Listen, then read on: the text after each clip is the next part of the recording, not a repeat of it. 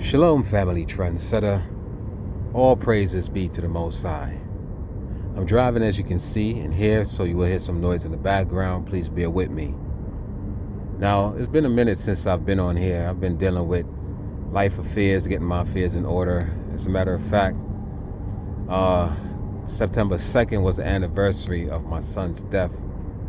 I made a video some time ago, for those of you who've been with me for a minute, explaining to y'all that he was murdered in the Bronx by a person that looked like us. When I say person that looked like us, have the same skin complexion, but an evil spirit, a different spirit.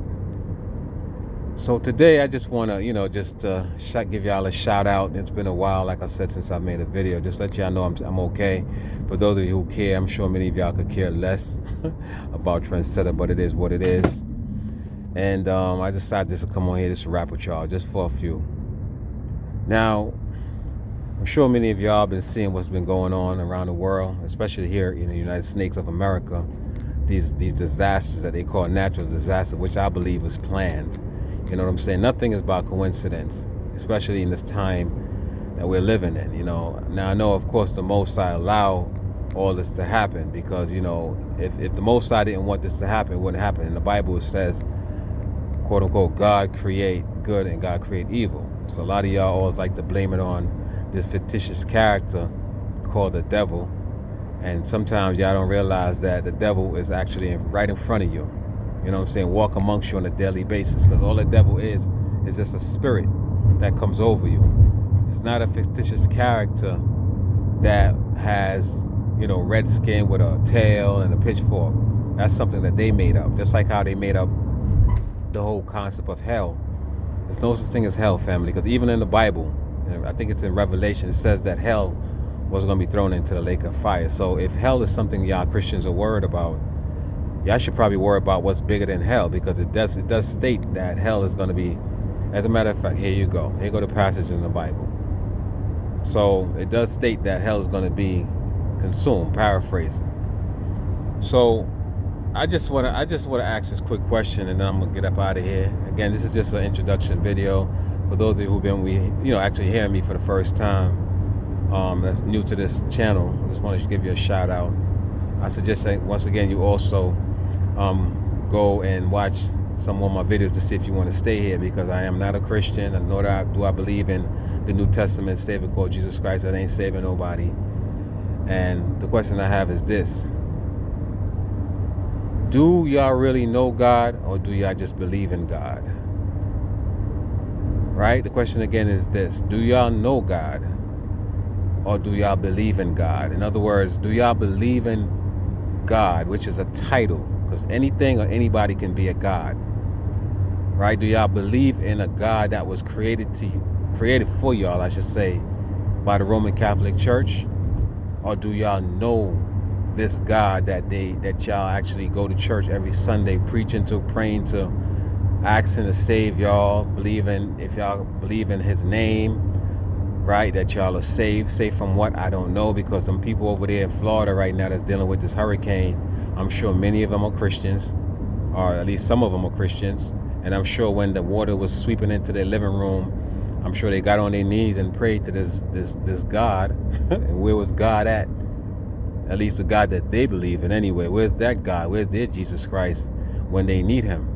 I'm sure they still got swept away, or in some cases lost their house. You know what I'm saying? I don't know how many fatalities there is as of yet, but my thing is, like, how is it that y'all saying y'all believe in God, but y'all don't even know who God is? Never met God, never heard from God. I don't care what you say. Now, you could probably hear within your spirit, say the Most High, or in your case, your God speaking to your spirit, but you have never seen God. No one has ever seen God, even in the Bible, right? Revelation, or not in Revelation, but the New Testament says nobody ever seen God and lived. But the contradictory part of it is, in the Old Testament, right, Moses spoke to God face to face, right? Elijah was taken up. So I'm saying, like, this is why me personally, family, as of this point, I don't really put too much stock into the King James Version Bible, because I know there's older manuscript, there's older scrolls that's older than that, and that's exactly what it is, King James Version. There's so many different versions of a story, which is the truth. So again, the question I have in this video, again, do you know God or do you just believe in God? So Jesus said you have to, by faith, right? By faith you are saved. Or, I don't even think Jesus Christ said it, Paul said it. You have to have faith, because I believe Paul is behind the New Testament, and I believe the Romans is behind Paul. I don't even think Paul ever existed. Paul never existed. Peter, nobody know who Matthew, Mark, and Luke, and John is. Nobody knows. No scholar. Anybody that you know, you ask any Christian scholar who wrote the book of Matthew, Mark, and Luke, and John. Matter of fact, those are the books that they actually try to discount it, but they put it in there anyway because they use that narrative. And a lot of y'all might say, well, what are you talking about? Jesus Christ predicted or prophesied that all this stuff was going to happen. Everything that's happening in the earth today, family, happened to our ancestors in the past. There's nothing new underneath the sun. Everything that we're going through, all the hurricanes, the fires, all that shit, all that stuff that we're dealing with now, it was already done before. You know what I'm saying? So don't let them fool you. It's just a never-ending story. Just like how they said Jesus Christ is coming. My great grandparents thought that Jesus Christ was coming in their time. As a matter of fact, in this passage right here, look on the screen. In this passage, it says, I'm gonna paraphrase because I'm gonna add this in. There shall some be standing here shall not taste death until they see the Son of Man coming in his kingdom. And that was over 2,000 years ago. Jesus was speaking to these people according to the story. And every last one of those people, unless they're still living, right? They have supernatural powers and shit. They no longer here. So he lied. So they use this narrative. They make you feel like Jesus is gonna come back in your time. Jesus ain't coming back. I guarantee once we dead and gone, our youngins that's growing up, they gonna expect the same second coming, and the world ain't gonna end. Not the how y'all think it is. The mankind will be destroyed, but not the earth itself. All right, because every thousands of years, couple thousands of years, there's a reset. The Mayans was here at one point. Where are they now? The Egyptians was here. Now I'm not talking about the whited out Egyptians. I'm talking about the original melanated, so-called black Egyptians. They was here, now they mummified. You know what I'm saying? Every civilization at some point, the Most High, it's like a reset. Okay? And I believe the only way we're going to be able to live on, because we're a spirit, we're energy, right? Energy cannot die. We have to do right by others that look like us. I don't love my enemy. I hate my enemy. I told my sister that the other day. She's a Christian. I said, listen, the guy that took my son's life, right? Although he may look like me, I hate him. I hate him, and I wish death upon him if it didn't already happen. You know what I'm saying? So I don't love my enemy.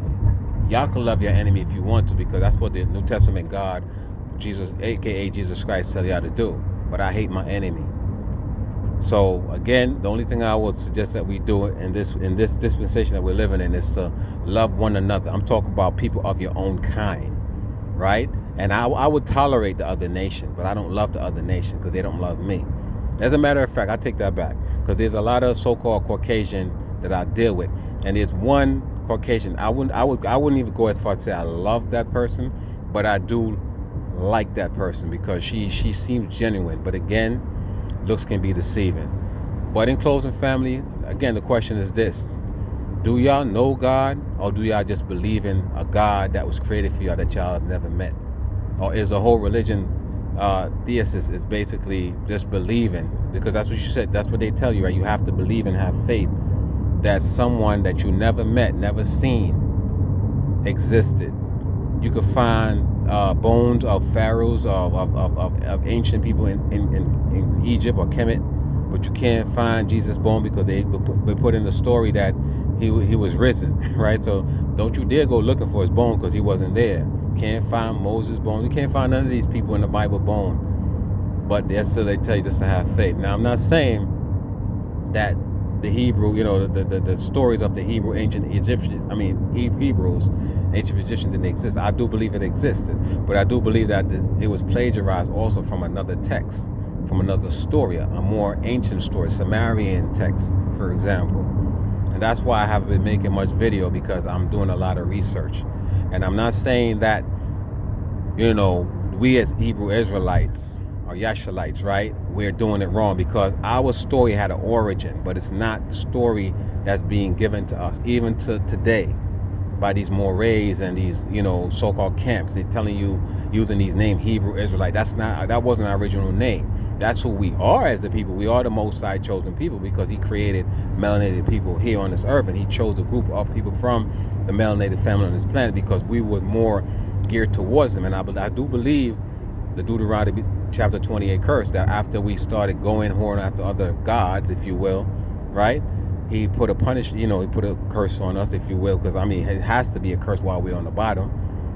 Or could it be that they wrote that in there and they use as an excuse to put us on the bottom, and we just go ahead and run with it because it's in the so-called Bible, the Helio-Biblos Sunbook.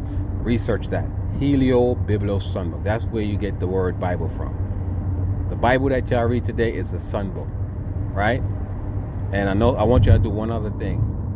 I want y'all to Google Pope worship the sun and click on the images, and you see what I'm talking about, where Christianity comes from. They do worship the Son of God, family, but it's not a man. It's the actual sun, the sun that will burn them alive. That's who they literally give reverence to, but they have dressed it up to make y'all believe it's a man that came down from, or God himself came down in a man's flesh. No, they worship the sun because the sun is their mortal enemy. We don't need to worship the sun because the sun, the Most High created the sun for us to absorb the natural vitamin D from it. It's so deep, I'm going to make a part 2. Shalom.